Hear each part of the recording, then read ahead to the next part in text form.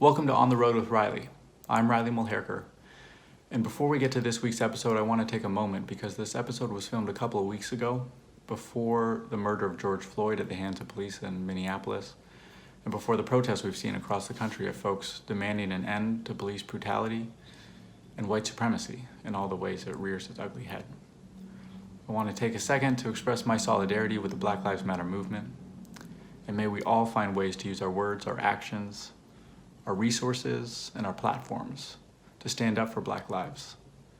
And may we hold ourselves accountable, our institutions accountable, and our country accountable in the process. So I send my love to all you out there who are grieving, who are in pain, and who are speaking up.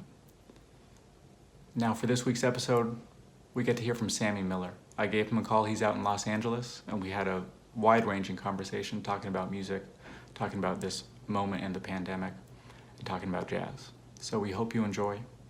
We hope you are well. We hope you are safe. Thank you for watching.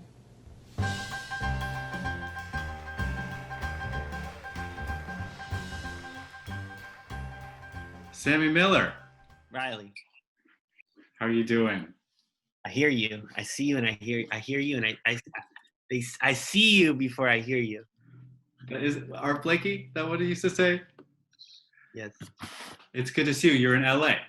Yes, I am. I'm in Los Angeles, California. Los Angeles, California. Where I was born. Where you born? Are you literally where you were born? You're in your family's house? This is where I was born. I mean, Was that your old bedroom?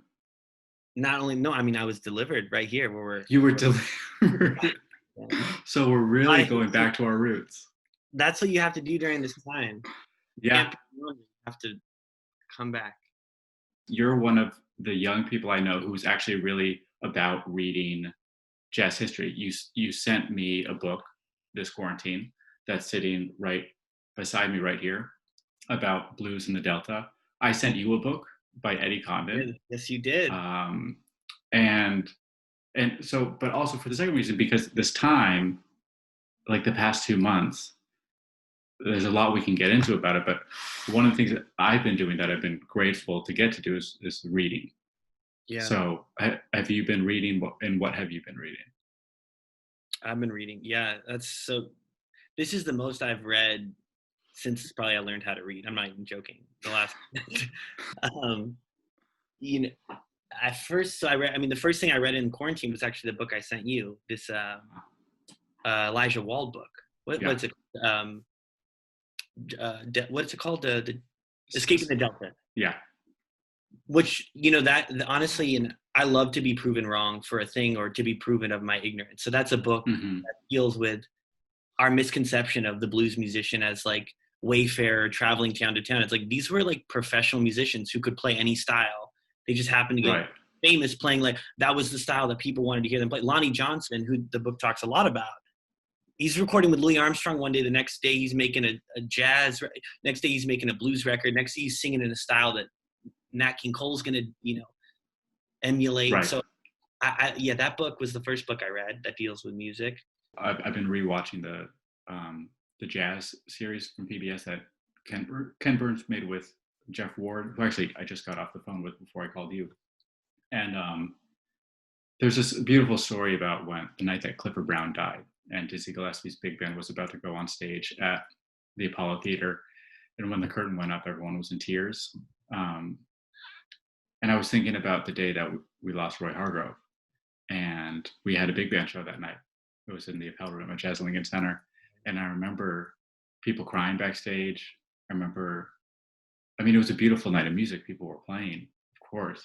But it puts it in, it takes the story out of this sense of a long ago and far away into something that's very near and, very much in our life.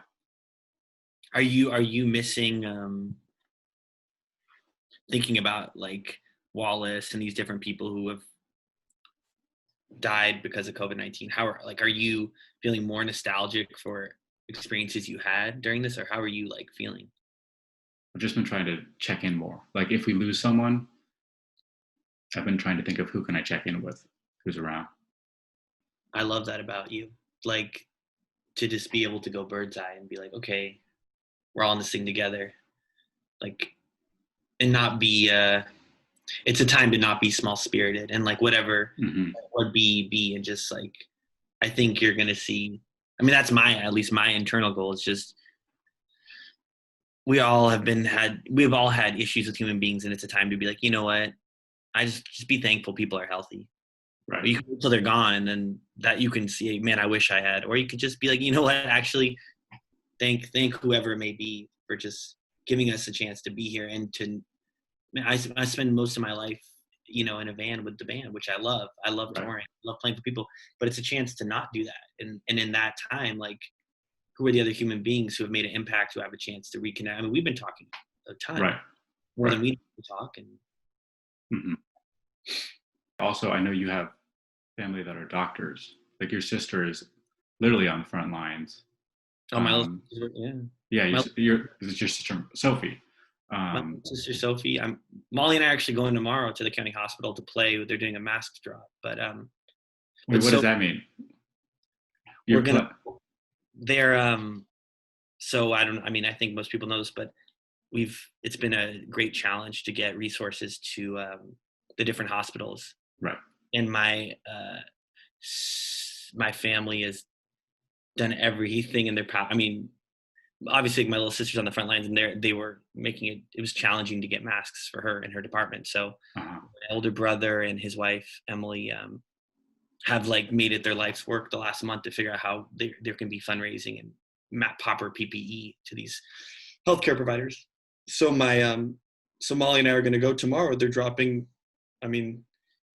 it's like we're going to a couple different hospitals to just play music as they drop all these face shields and some masks. Just for it's not going to be like a crowd of people, but to just be like, this is what service. Like, what can we actually? I can't go intubate someone. I can't help someone who has COVID, but I could do this. That's amazing. I think that's incredible. Yeah. Well, speaking of Molly, do you think we can get her in on a little tune while we're together? I know where to find her. You know where to find her? Why don't we get a little tune? Also, is there anyone else in your band who's in LA right now? Corbin Jones. Corbin Jones, yeah, we should call Corbin. Let's call Corbin. So we got Corbin, bass, guitar, drums, trumpet. Yeah. You could play a little tune. Any nice quartet. This is a new band. Any tune you want to play? Maybe some with a California, Los Angeles theme or flavor? For when this thing is over and you come visit, California, here I come. California, here I come. That sounds perfect. Cool. Hey, Riley. Oh, didn't see that. Hey, Molly. Hey, Sammy. Riley. Hey, Corbin. Hey, Corbin.